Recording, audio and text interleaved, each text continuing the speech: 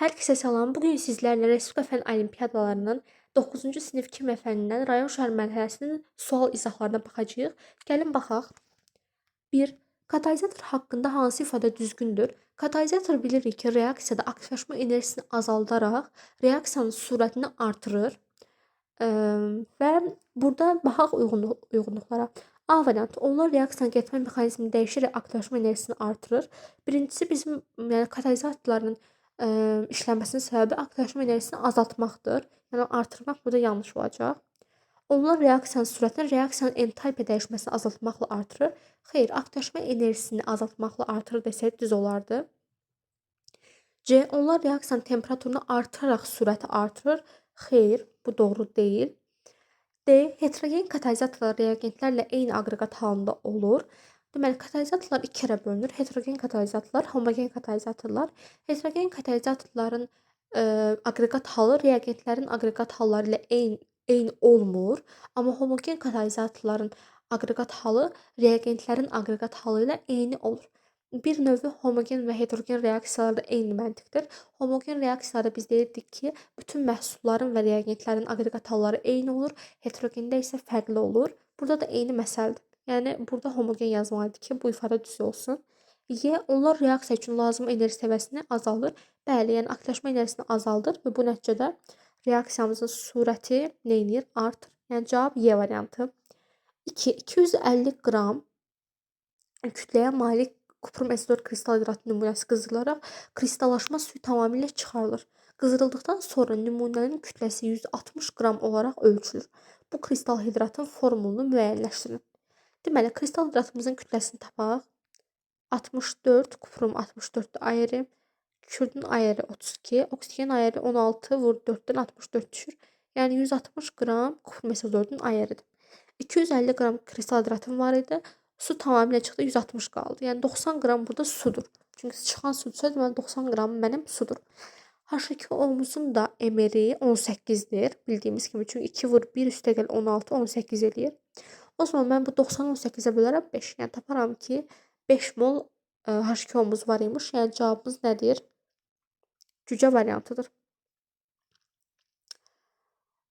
Daha sonra baxıram, iki maddə X və Y məhlulda reaksiyaya girərək Z məhsulunu əmələ gətirirlər.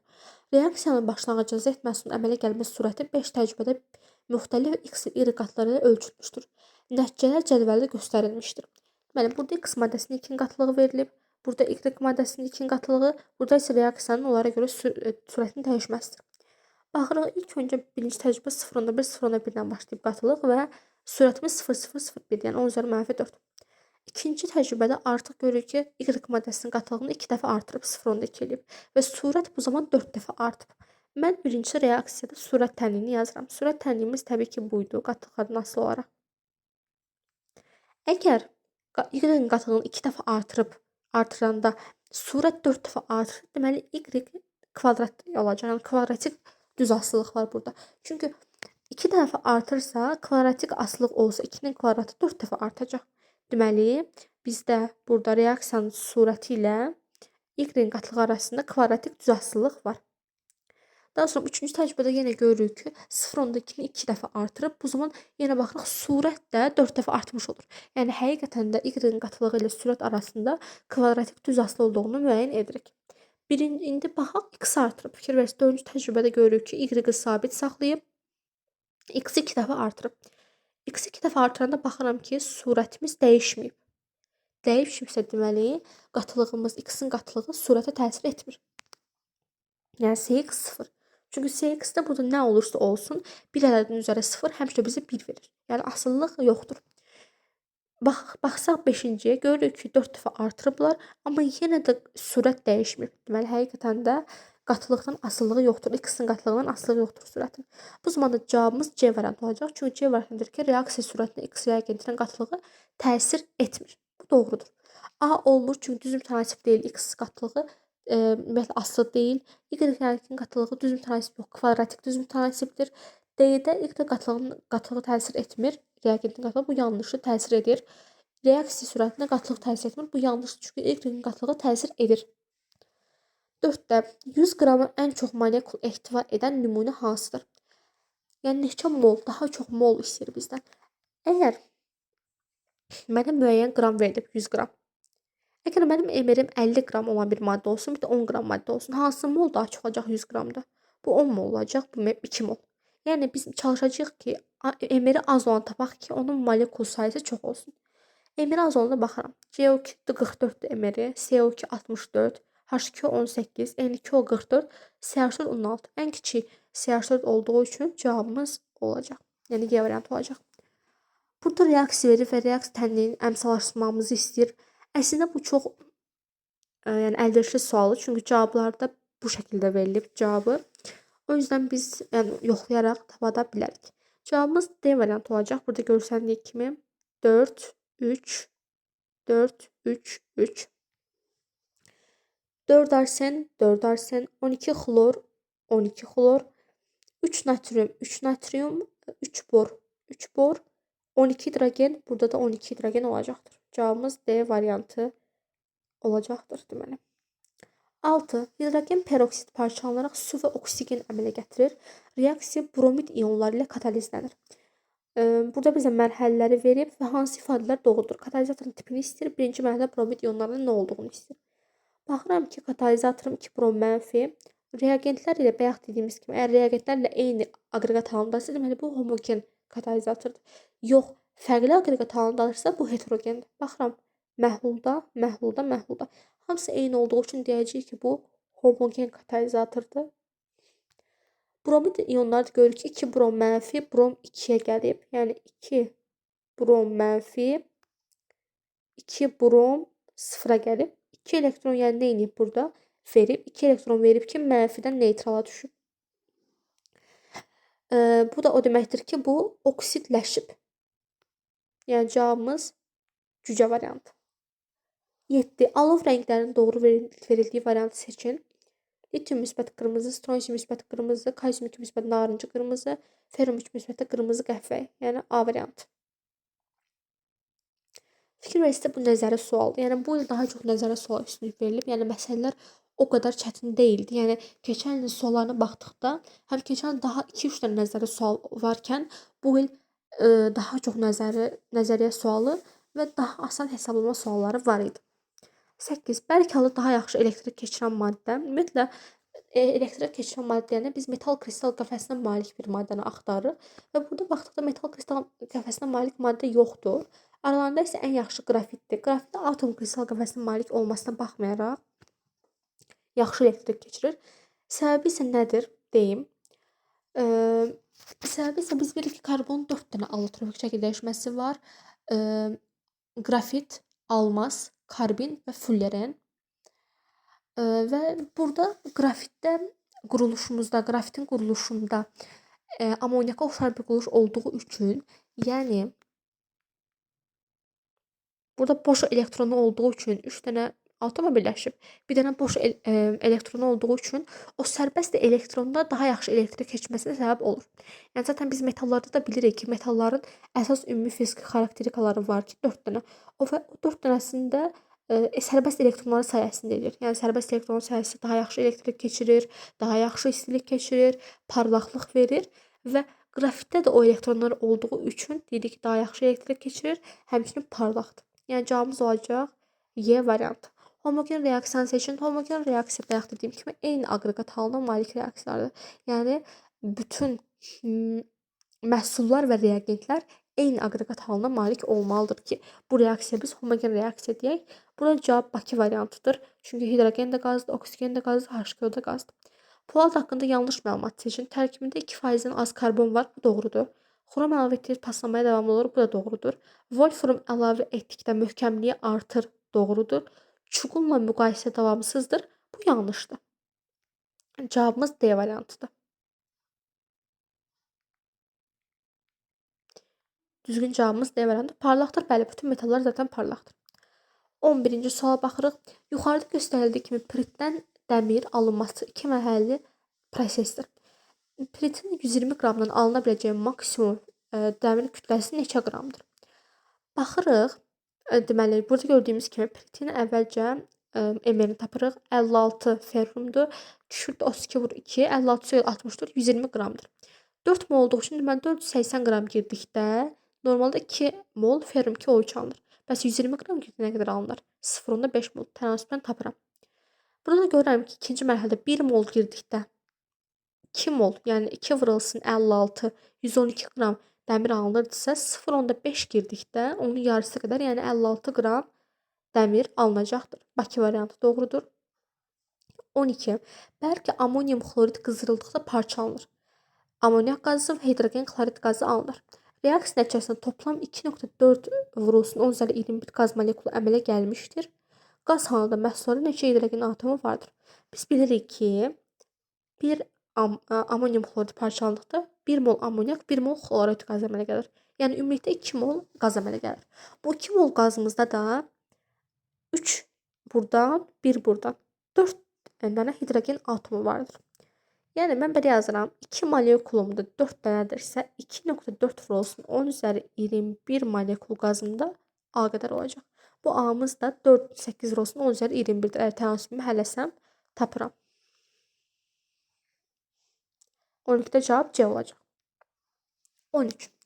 298 Kelvin və 1 atmosfer şəraitində brom 2 maye, yod 2 isə kristal bərkdir. Eyni şərtlərdən brom 2 və yod 2-nin fərqli aqreqat halını ən yaxşı izah edən fikir hansıdır? Təbii ki, bunların molekullar arası London dispersiya qüvvələridir. Bu molekullar arası London dispersiya qüvvələri yod 2 molekullarından daha güclü olduğu üçün aqreqat halı bərk olur. Digər rabitələrin əlaqəsi yoxdur. Bu ümumiyyətlə səhv fikirdir. Çünki yüngül olmur, ağırdır təbii ki yod. Bizdə yəni bu da nəzəri bir sualdır əslində. Dispersiya qüvvələri qüvvətli olduğu üçün aqreqat halı yod olur. Dərs aqreqat halı bərk olur yodda. 14. Kristal qəfəsinin tiplərinə görə düzgün variantı seçin. Molekul baxıram burada. Deməli, yod 2 molekuldur, kuprum metaldır. Deməli bunu çıxdım. Bakı variantını çıxdım. Kaliumda çıxdım, metaldır. Davam etsəm atomdan silisium atom kristal qəfəsinə malikdir. Qrafitdə atom kristal qəfəsinə malikdir, amma ağ fosfor, yəni P4 molekulyar kristal qəfəsinə malikdir. Metala baxsam, kalsium metal kristal qəfəsinə malikdir, amma helium qaz olduğu üçün olmur. Cavabımız da A variantı olacaq. İyon da həqiqətən də kalium NO3-də iyon kristal qəfəsinə malikdir. Çünki kalium müsbət və NO3 mənfi iyonları var orada. Cavabımız yəni A variantı olur 14-də. Aşağıdakı cütlərdən hansında metalların oksidaşma dərəcələri eynidir? Deməli, burada bir-bir yoxlayırıq. Necə? Xrom O2 xlorda, xlora -1 deyirik. O2, O-da -2-dir. X-də buna desək. X çıxılsın -2-nin 2 qatı -4, çıxılsın 1, 0. X burada -5 çıxır. Digərinə baxsaq, amonyakın neytrallı 0 olacaq. 0-ı 4-ə vuranda zaten 0 eləyir. Xromu X desəm buradan X çıxılsın 0, çıxılsın -1 vurulsun 2, çünki 2 dənə xlor var. Bərabər 1-ə. Buradan da X-im çıxır məndə -3. Yəni tənlik qrup sadə oksidaşma dərəcəsini tapma qaydasıdır. -5, -3 fərqli olduğu üçün bu variantı götürmürəm. Burada baxdıqda kuprum NH3 0-dır. Amonyak. Kuprum burada da müsbət olduğu üçün X-in üzərinə 0 gəldikdə 1 eləyibsə, deməli X-in də -1-dir kuprum burada. Xlor -1 olsa X çıxılsın -4, çünki 4-ə vururam, bərabər -2-yə. X-im də olur burada 2, -2. Burada kuprum -1, burada -2 olduğu üçün bu da düzgün deyil. Manqan 2O3-də oksigen -2, manqan 3 müsbət olur. Manqan O2-də oksigen -2, manqan -4 olur. Wolfram O3 mənfi, bir də Wolfram O2 müsbətə baxdıqda, Wolfram deyirəm, üzr istəyirəm Valacığım, Wolfram deyil. -2 X çıxılsın 6 bərabər -1, X bərabərdir -5. Burada isə buna X desəm, X bura -2, -2-nin 2 qatı -4 bərabər 1, müsbət dedikdə 1 nəzərdə tutur, yəni -1. X də buradan -5-ə bərabər olur. Yəni hər ikisinin -5-də, o yüzden cavab D-dir. Ferrum xlor-2-də də -1, -2 olur, -2, -3 olur. Cavabımız D variantı olur. Yuxarıda verilmiş X elementinin 1, 2, 3 və 4-cü iyonlaşma enerjilərinə əsasən X elementi ilə SO4 2 mənfi arasında əmələ gələn birləşmənin formulunu seçin. Burada bizdə bu cədvəli, bu sxemi X-in valentliyini yaxud oksidaşma dərəcəsini tapmaq üçün bizə verir. Biz bilirik ki kationlar, ümumiyyətlə məsələn tutalım ki, ferrum 2 müsbət kationunu götürsək, yəni bu bir metaldır. Və metalda belə bir xassiyyət var ki, reduksiya edici, yəni öz elektronunu vermə meyillidir. Yəni oksidləşmək istəyir metal kationu. Və bu iki dənəsi çox rahat verəcək. Amma artıq ferrum 0 olanda daha çətinləşəcək. Çünki artıq vermək istəməyəcək. Biz həmişə deyirik ki, müsbət, yəni müsbət yükdən elektron almaq mənfi yükdən elektron almaqdan daha asandır. Çünki zaten müsbət özü vermək istəyir elektronu, amma mənfi vermək istəmir. Daha da mənfiləşmək istəmir. Ona görə indi baxırıq aralardakı fərqə. Birinci ilə ikinci arasındakı enerji fərqi 560-dır. İkinci ilə üçüncü arasında 376, 3760. Üçüncü ilə dördüncü arasında 1580. Ən çox fərq hansıdır? 2 ilə 3-dədir, düz deyilmi? Ən çox fərqimiz. Deməli, bu iki dənə elektronunu çox rahat verib, amma üçüncüsünü artıq vermək istəməyib. Ona görə 2-dən 3-ə keçərkən daha çox enerjiyə ehtiyac duyulub. Yəni ilk ikisini rahat versə, deməli bu nədir? 2 valentli bir birləşmədir. Yəni X-ım müsbət 2 oksijləşmə dərəcəsi göstərəcək. SO4-ün də 2 olduğu üçün oksijləşmə dərəcəsi valentli. O zaman deyirəm ki, birləşməmiz X-SO4 olacaq. Yəni hər birinin indeksinə 1 düşəcək təbii ki. Yəni cavabım A variantı olur. 17. Aşağıdakılardan hansı element daha çox cütləşməmiş elektron sayına sahibdir? Dəmir. Ferrum 26-dır. 4s2 3d6-ya sahib olur. Buradan da şeyi çəksək, sxem şəklində çəksək 4s2 3d6-nı 4s olsa bu belə 3d6-da Hund qaydasına əsasən hamısını əvvəl bir-bir düzürük elektronları. Bir dənəsində yazdım tabii ki bura. Neçə dənə cütləşməmiş elektronu oldu? Gördüyünüz kimi 1, 2, 3, 4 dənə cütləşməmiş elektronu oldu. Ferrumda 4 dənə. Xrom 24-dür. 24 düşünə bilərsiniz ki, yazaq 4s2 3d 400 deyilmi? Amma burada belə bir qayda var ki, xrom və kuprumda atom həmişə istəyər ki, simmetrik bir vəziyyət alsın. Yəni daha stabil bir vəziyyətdə olsun. Və daha stabil vəziyyət, daha simmetrik vəziyyət dediyimiz də nədir? Yəni məsələn s orbitalı 2 elektron tutur. Bunun simmetrik halı ya 1 ya da 2 tutduğudur. Və yaxud da p 6 elektron tutur. Bunun simmetrik variantı ya 3 elektron tutduğudur ya da 6 elektron tutduğudur. D 10 elektron tutur. Bunun simmetrik halı 5 elektron tutduğudur ya da 10 elektron tutduğudur. Yəni yarı və yarı olsun. Burada da fikir verirsiniz 3D 4-dür. O yüzden bu simmetrik vəziyyətdə, yəni 5-ə gəlmək üçün 4s-dən bir dənə elektron istəyir və bu halda olur. 4s1 3d5. Və 4s1 3d5-də quruluşunu çəksək biz əgər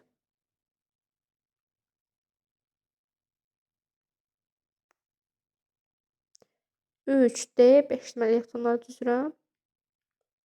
Gördüyünüz kimi tək elektronlar sayı neçədir? 1, 2, 3, 4, 5, 6. Yəni xromda 6 dənə. Manqan 25, yəni 4s2 3d5. Burada da çəkdikdə 5 dənə olur. Yəni ümid edirəm daha çəkməyə ehtiyac yoxdur. 5 dənə tək elektron manqanda. Vanadium 23, 4s2 3d3. Burada da 3 dənə tək elektron olur. Kobaltda 27, 4s2 3d7 olur. O da deməli eləyir 4s2 3d7. Gəlin onu çəkim. Bu 4s səviyyəsi.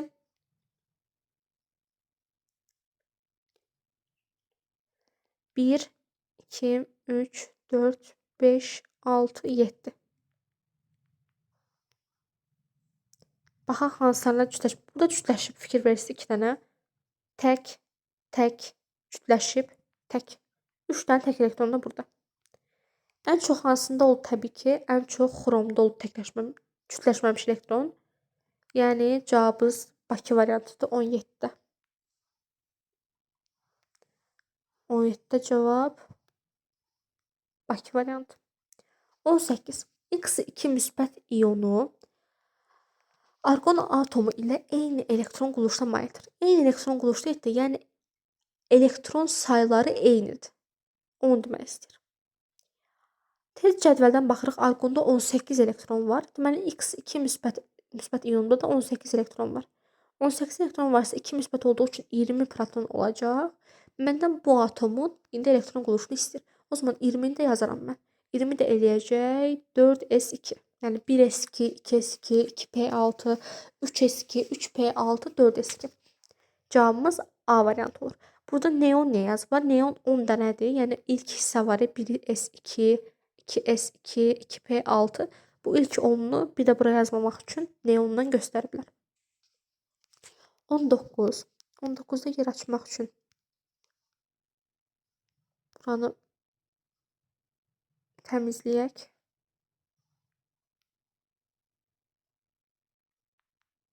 Aha. İndi oxuyaq sualımızı. Deyir ki, tələbə 100 milli 0,25 molar H-xlor məhlulunu 200 milli 0,5 molar H-xlor O4 məhlulu ilə qarışdırır və sonra ümumi həcmi 500 milli olana qədər distillə olunmuş su ilə durlaşdırılır. Su məhlulundakı H müsbət qatılığına ən yaxın dəyər hansıdır? S-miz nöböl V, düz deyilmi? Düsturumuz. Bu zaman ümumi mən S-ni tapmaq üçün nə edərəm? S1 V1 üstə gəl, S2 V2 bölünsün V ümumi. Necə yəni? Burada bizdən mol miqdarı dəyişməyəcək. Yəni hər birinin mol miqdarını taparam. Yəni buradakı mol miqdarı deyəndə H müsbətin mol miqdarı təbii ki. Və bu H müsbətin mol miqdarını ümumi suya, yəni ümumi daha doğrusu həcmə bölərəm və bu da mənə ümumi qatılığımı verər. Ümumi H müsbət qatılığımı verər. S1 V1 0,25 vurulsun 100. Yəni 25. S2 V2 200 vurulsun 0,5. Yəni 100. Ümumi həcmdə 500. Yazdım 500. Cavab böləndə deyilir 4də 1. Yəni 0,25 molar. Cücə variantı. 20-yə baxırıq.